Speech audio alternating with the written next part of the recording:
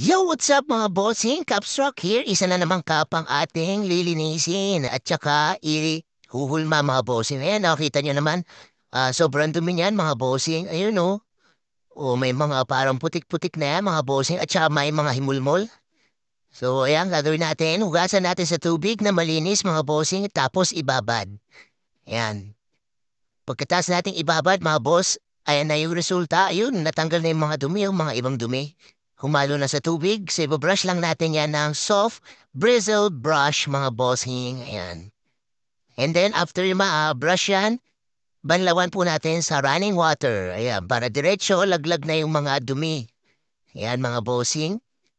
Ayan, okay na mga boss. Ayan, malinis na. Malinis na yung cup. Kita nyo naman? So, gagawin natin, huhulmahin naman natin ngayon mga bossing. Ayan. So, tatanggalin natin yung mga kusot-kusot. Yan.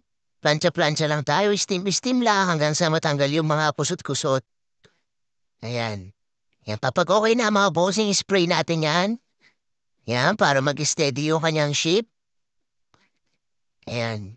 So, pag after nyan, papatuyuin. So, ito na po yung finished product mga bossing. Tuyo na. Ayan, malinis na. Tapos, balik na yung kanyang hulma mga bossing. Ayan, tingnan nyo naman mga boss. Napakalinis. Tanggal na rin ang mga himulmol. Ayan, solid.